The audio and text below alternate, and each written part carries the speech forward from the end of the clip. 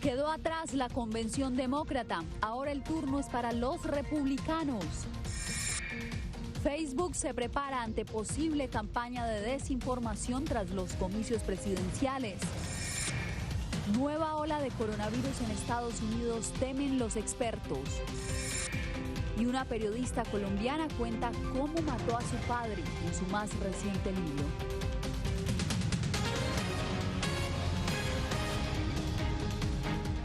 Les agradecemos por acompañarnos en esta jornada de información en El Mundo al Día. Les saluda Yasmín López y comenzamos con las noticias.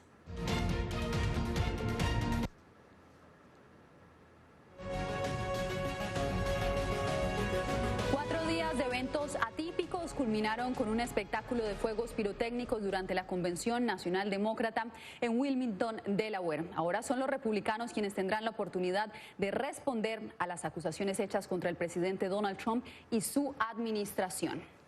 Vamos con Celia Mendoza con el informe de lo que se puede esperar en la Convención Republicana. Adelante, Celia. Gracias, Yasmín. Así es, a diferencia de lo que vimos aquí con estacionamientos vacíos y nada de gente, lo que sucederá en Charlotte es distinto. Los delegados estarán allí para apoyar al presidente y enviar un mensaje claro acerca de la importancia de la ley, el orden, así como de los puntos claves de migración y seguridad. El cierre de la Convención Nacional Demócrata virtual le da paso a una semana de eventos en persona y virtuales en Charlotte, Carolina del Norte, donde el lunes comienza la Convención Nacional Republicana, en la cual, según Sam Chick, líder de jóvenes republicanos por Trump en Delaware, se contrarrestará el mensaje de campaña de Joe Biden. Eso es retórica política, su retórica política. Esta es gente que tiene un interés personal en dividir al país. Hay que ver lo que le han hecho a nuestras ciudades. Quieren dividir al país y quieren enfrentar a la gente en lugar de trabajar juntos por un mejor Estados Unidos. Y de eso se trata este movimiento. América primero. Mantengamos grande a Estados Unidos. Sin embargo, convencer a la republicana Donna Duval para que vote por el presidente una vez más será, según ella, una tarea imposible. Esta es la integridad y la decencia de la presidencia de los Estados Unidos, simple y llanamente, integridad y decencia. Y no lo estamos consiguiendo. Soy republicana, pero no soy tonta y tengo decencia, tengo moral. Esta administración ha perdido su brújula moral. Estoy horrorizada de lo que veo que está pasando en este país. Sentimiento al que le dio eco la Convención Demócrata, que acusó a Trump de dividir al país. Algo con lo que Betty O'Malley, una creyente católica de Delaware, no está de acuerdo. No veo dónde es divisivo porque está en lo correcto en temas pro vida. Ha manejado muy bien nuestra economía hasta que la pandemia golpeó. Usted sabe que está haciendo cosas maravillosas, pero que no le dan el crédito por nada. No, lo siento. Trump es el hombre y cree en Dios, lo que no creo que haga Joe o los demócratas.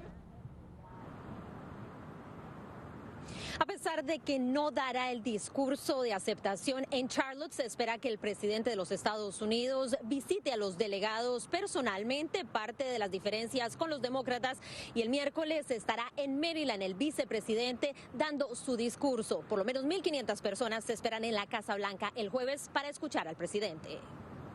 Bien, pues ya veremos cómo se desarrolla este evento la próxima semana. Celia, gracias por tu reporte. El candidato del Partido Demócrata Joe Biden enfatizó su visión sobre la política exterior durante su discurso de aceptación en la Convención Nacional Demócrata. Jorge Agobián desde Wilmington conversó con los voceros de los dos partidos.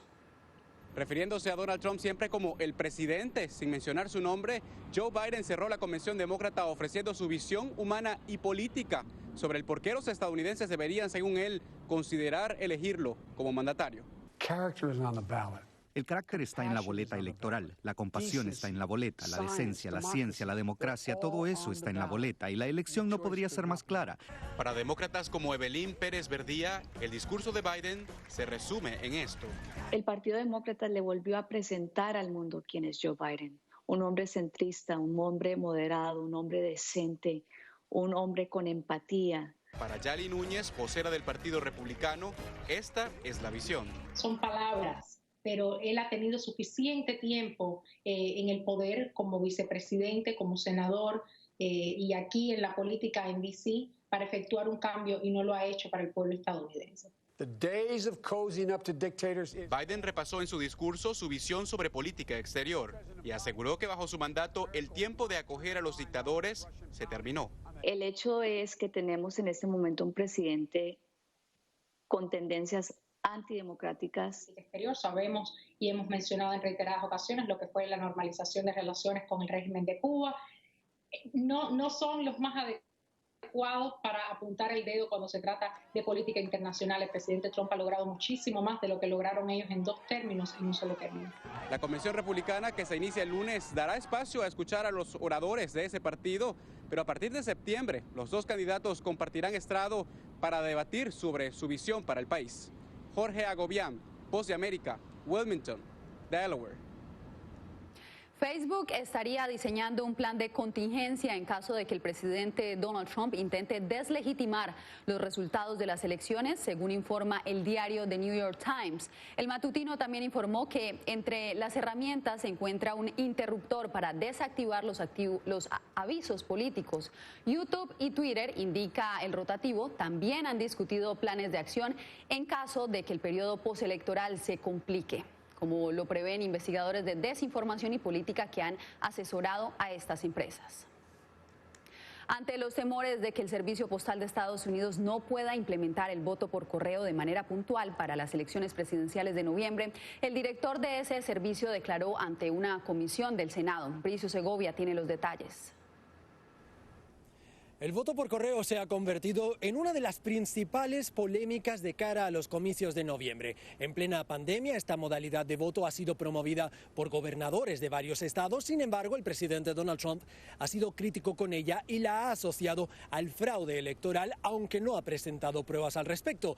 A finales de julio, el Servicio Postal de Estados Unidos envió cartas a la mayoría de los gobiernos estatales señalando que no podía garantizar que millones de votos por correo llegaran a tiempo para el recuento. Esto despertó preocupación en el Congreso y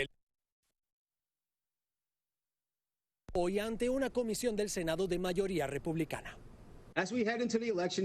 Conforme nos adentramos en la temporada electoral, quiero asegurar a esta comisión y al público estadounidense que el servicio postal es totalmente capaz y está completamente comprometido a entregar el correo electoral de la nación de manera segura y puntual.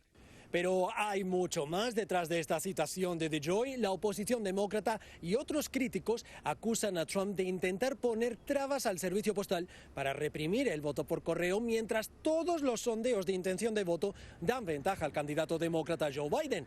La oposición ha mostrado también preocupación por el recorte de costos del servicio postal y teme que pueda provocar la pérdida o el retraso de los votos. DeJoy contribuyó económicamente además a la campaña electoral de Donald Trump, lo cual despierta desconfianza en algunos sectores. Se prevé que declare también ante una comisión de la Cámara de Representantes de mayoría demócrata este lunes. Por cierto, un dato: en las elecciones presidenciales de 2016, 1 de cada 4 estadounidenses votó por correo, según datos oficiales. Bricio Segovia, Voz de América, Washington. Una ola de calor extremo azota la costa oeste de Estados Unidos. Además de altas temperaturas, California ha experimentado fenómenos meteorológicos que han provocado incendios forestales y que, según expertos, vaticinan lo que le espera al mundo debido al cambio climático. Verónica Villafañe nos informa. Una ola de calor infernal ha llevado a temperaturas extremas que en algunas partes de California, como Death Valley, el Valle de la Muerte, llegaron a alcanzar más de 55 grados centígrados, un récord, no solo para la zona, sino al parecer a nivel global. Y lo que estamos viviendo hoy es solo la antesala. La doctora Frances Colón es ex asesora de Ciencia y Tecnología del Departamento de Estado. Los modelos predicen que va a haber calor más excesivo que el que estamos viendo, más incendios forestales, más condiciones extremas climáticas en todos los aspectos que van a impactar nuestra vida diaria, que van a impactar nuestra salud, que van a impactar la manera en que nos movemos a través del mundo.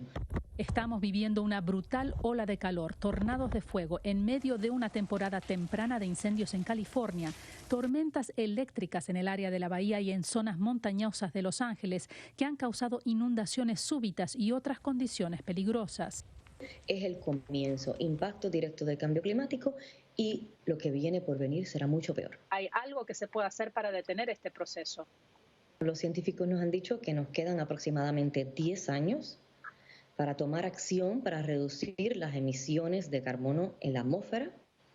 Esto solamente se puede hacer con un plan innovador de energía renovable, de utilizar la energía eficientemente en los hogares y en los edificios y en los esquemas de transportación del país. Según Colón, eso requiere de una colaboración colectiva global. Verónica Villafañe, Voz de América, Los Ángeles. Básicamente no hemos estado haciendo. La OIM le toma la temperatura a la situación de los migrantes en México y Centroamérica. Al volver les contamos.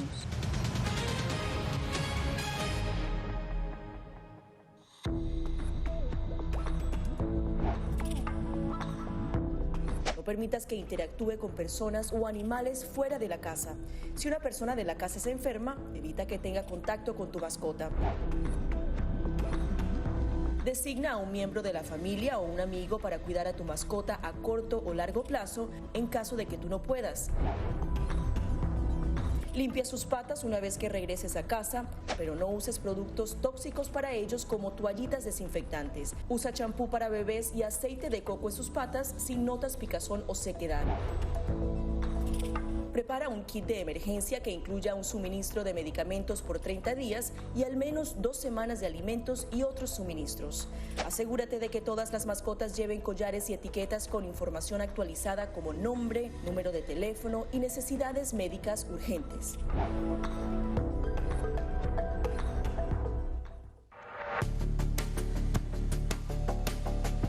Durante el brote del COVID-19, los estafadores pueden tratar de aprovecharse de personas vulnerables a través de diversos métodos que van cambiando con frecuencia. Es posible que lo contacten por teléfono, correo electrónico, mensajes de texto, correo postal o redes sociales.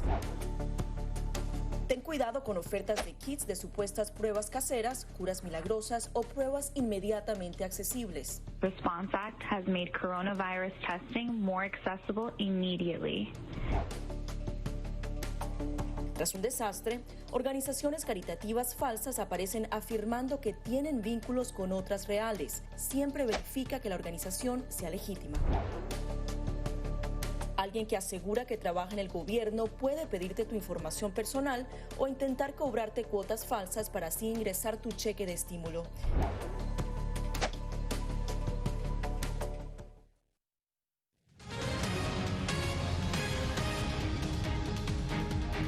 El contagio de COVID-19 en Estados Unidos superó los 5,5 millones de casos. José Pernalete nos dice que expertos en salud pública estiman que es probable un resurgimiento generalizado del virus en la nación durante los próximos meses.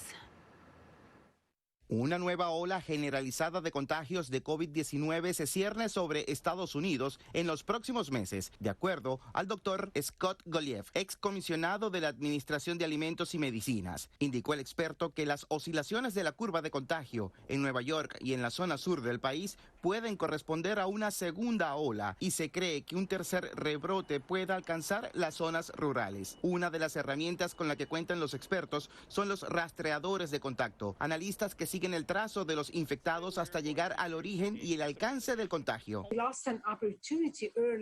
Perdimos una oportunidad al principio de la pandemia cuando llegó a Estados Unidos, cuando los casos no eran lo suficientemente grandes como para que pudiéramos haberlo hecho. Probablemente utilizando el rastreo de contactos pudimos haber podido frenar la epidemia en ese momento. Los rastreadores de contacto establecen entrevistas con las personas infectadas. Así se puede determinar cada uno de los pasos de estos pacientes antes, durante y después de la infección. Sí, creo que las preguntas más incómodas son con quién ha estado en contacto, por lo que a veces la gente puede estar un poco nerviosa por compartir esa información. Es el momento adecuado para poner en marcha un programa de rastreo de contactos muy eficaz y dinámico. Muchos condados en la nación han solicitado a los estados recursos adicionales para contratar mayor número de rastreadores. Los expertos califican este programa de vital ayuda para el seguimiento de la propagación pandémica. En Estados Unidos se contabilizan más de 5.576.000 infectados, de acuerdo a la Universidad Johns Hopkins, cuyos expertos también estiman que puede existir un componente aéreo en la transmisión del coronavirus. José Pernalete, Voz de América, Miami. Tomarle la temperatura a la situación de los migrantes es una tarea difícil por la informalidad en la que muchos de ellos viven, pero como nos informa Laura Sepúlveda, la Organización Internacional de la ONU para las Migraciones llevó a cabo una encuesta para evaluar la situación en México y Centroamérica. Pese a que la población migrante entre Centroamérica y México está en edad productiva y reproductiva, gran parte de ella se encuentra bajo una condición de incertidumbre tras la pérdida de su trabajo y por ende de su fuente de ingreso con la llegada de la pandemia. La mitad nos dijo que estaba desempleada y directamente vinculado a la pandemia, ¿no? Por el cierre de negocios y toda la afectación. Estos datos que Alexandra Boni de la Organización Internacional para las Migraciones, OIM, califica como una aproximación a la realidad más que una muestra representativa, preocupan, pues la gran mayoría tienen personas dependientes y el 60% aún envía remesas a sus países, pese a que una gran cantidad ha reducido los montos de envío. 2 de cada 10 migrantes que perdieron su empleo por la pandemia decidieron hacer un pequeño emprendimiento. Entonces, eso nos muestra, por un lado, que los migrantes son bastante resilientes y buscan cómo salir, ¿no? A pesar de la situación, lo cual es positivo, pero hay un riesgo bastante importante que estas actividades de emprendimiento sean más que todo como de subsistencia frente a la crisis actual. La organización ve en estos datos una muestra de la informalidad que va más allá de un estatus migratorio, pero que puede permear la protección de sus derechos como trabajadores y ante los estados en los que se encuentran. Pese a ello, la realidad hace que solo el 20% de los encuestados quiera regresar a su país, mientras otros planean seguir adelante en su proceso migratorio. Más del 80% nos dijo que cuando se levantarían las restricciones migratorias seguirían pensando en migrar. Laura Sepúlveda, Voz de América, Nueva York. 127 migrantes fueron deportados a Guatemala después de superar el nuevo coronavirus en Estados Unidos. Se trata del primer vuelo de retornados en esas condiciones. Eugenia Sagastume nos informa. Se contagiaron y recuperaron de COVID-19 en Estados Unidos y ahora fueron deportados a su natal Guatemala. 127 migrantes, 126 hombres y una mujer regresaron con un certificado médico que garantiza que están libres del nuevo coronavirus. Es el primero que nos mandan con esas condiciones. El vuelo sí está guardado en una cuarentena de menores días, porque como ya sabemos están retornados, están positivos, pero están ya recuperados. Los guatemaltecos fueron distribuidos en el albergue de migración y en hoteles donde harán una breve cuarentena de 48 horas mientras son evaluados por el Ministerio de Salud para después regresar a sus lugares de origen. Llegan a sus comunidades con su certificado firmado por autoridades del Ministerio de Salud, donde damos fe, donde damos esa certeza, como dije al principio, de que están llegando sanos, salvos y libres del COVID. Pese a ello, muchos han sido víctimas de discriminación. Por ello, el Consejo Nacional de Atención al Migrante lanzó una campaña en los 4 departamentos con mayor flujo migratorio. Es una campaña radial con mensajes específicamente a las comunidades, líderes comunitarios, a las familias, que reciban con los brazos abiertos y como se merecen a sus seres queridos, a sus migrantes retornados, ya que ellos pues están cumpliendo con el protocolo de salud. Mientras tanto, el flujo migratorio continúa. Según datos del Instituto Guatemalteco de Migración, al menos 134 guatemaltecos han dado positivo desde que inició la pandemia. Eugenia Sagastume, Voz de América, Guatemala. En minutos tendremos el caso de 2 periodistas que por sus historias son acusados en tribunales en Nicaragua.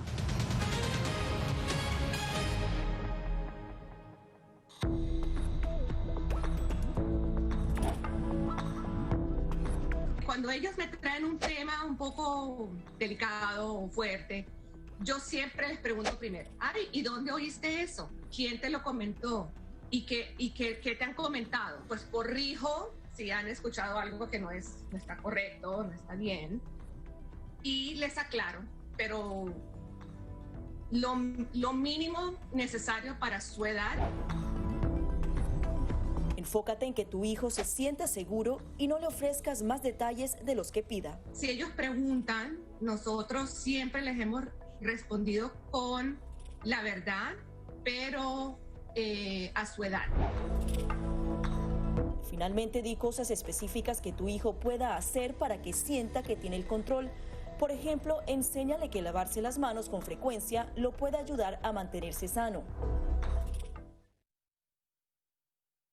Somos la voz de América. Según la patrulla fronteriza, se necesitan más agentes. Es un proyecto de ley que prohibiría la venta de armas y equipos antidisturbios al gobierno de Venezuela. Pedir la libertad de los que consideran prisioneros políticos. Información balanceada y objetiva. La ayuda proveniente de Estados Unidos, sin embargo, el gobierno colombiano dice que eso no sucederá. Entérese de lo que sucede en Estados Unidos, América Latina y el mundo en un solo lugar. boanoticias.com. Si estás teniendo problemas para pagar tu tarjeta de crédito, un préstamo estudiantil o los servicios públicos, ponte en contacto con tus acreedores lo antes posible. Haz una lista de todas tus obligaciones actuales y circula los gastos que no son esenciales para que así puedas ver cuánto podrías ahorrar de forma realista.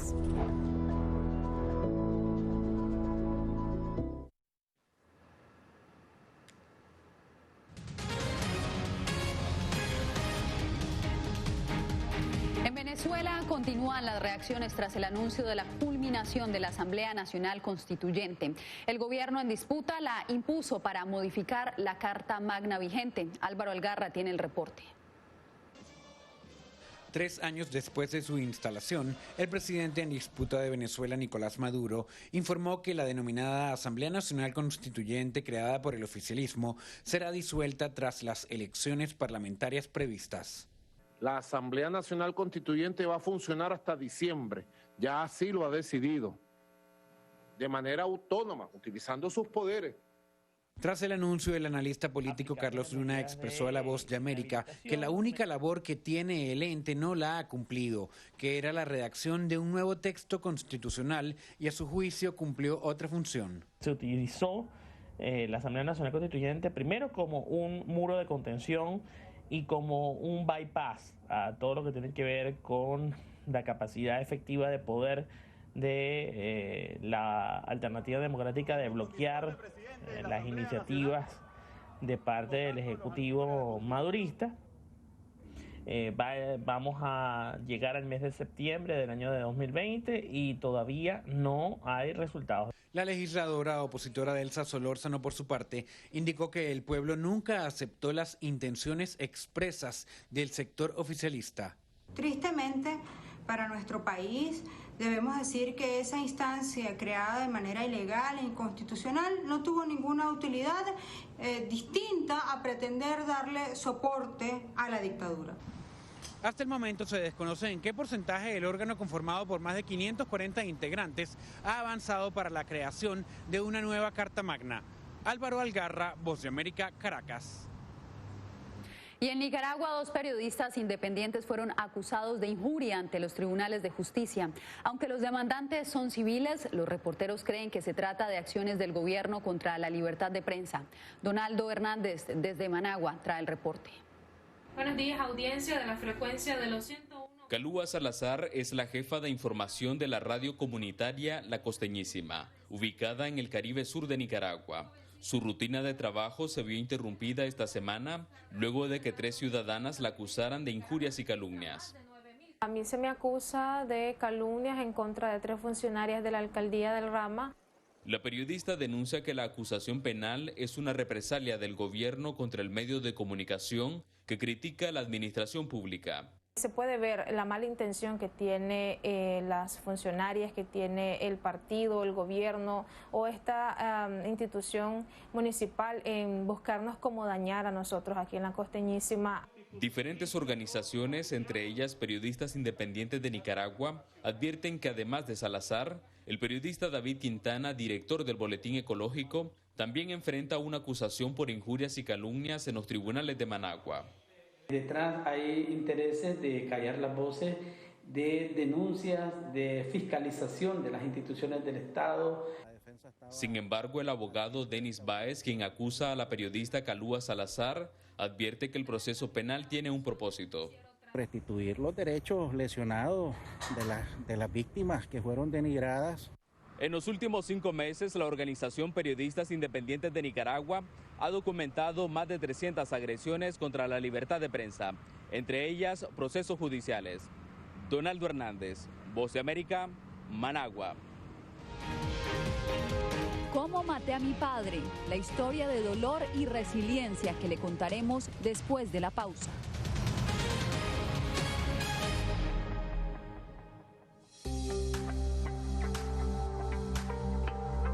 Además de asegurarse de tener un amplio suministro de alimentos en casa, a la gente también le preocupa el poder infectarse del COVID-19 a través de estos productos. La buena noticia es que los Centros para el Control y la Prevención de Enfermedades aseguran que los alimentos no son una vía de transmisión del virus.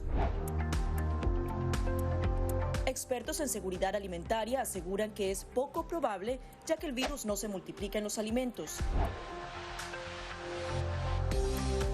Según la Organización Mundial de la Salud, el virus es probablemente susceptible a las temperaturas normales de cocción. En general, los restaurantes tienen normas de seguridad alimentaria que deben seguir, sobre todo para evitar la transmisión de 5 bacterias y virus transmitidos por los alimentos. Esas normas evitarían que el nuevo coronavirus se introdujera en su comida. Somos la Voz de América.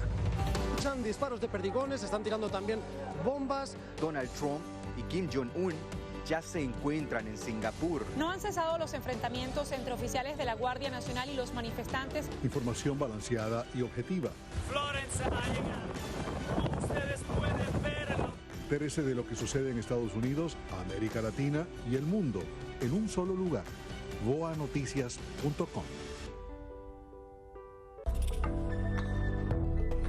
El riesgo principal de este virus es que se trata de un virus nuevo y el cuerpo humano no tiene defensas para atacarlo. Los síntomas más comunes son fiebre, problemas para respirar, tos seca, dolores de cabeza y musculares. Si presentas algunos de estos síntomas, ve al centro médico más cercano para consultar a un doctor sobre tu estado. Puedes ser aislado y tus datos ser compartidos con autoridades de la salud. Para más información, visita nuestra página web o síguenos a través de las redes sociales bajo @guanoticias.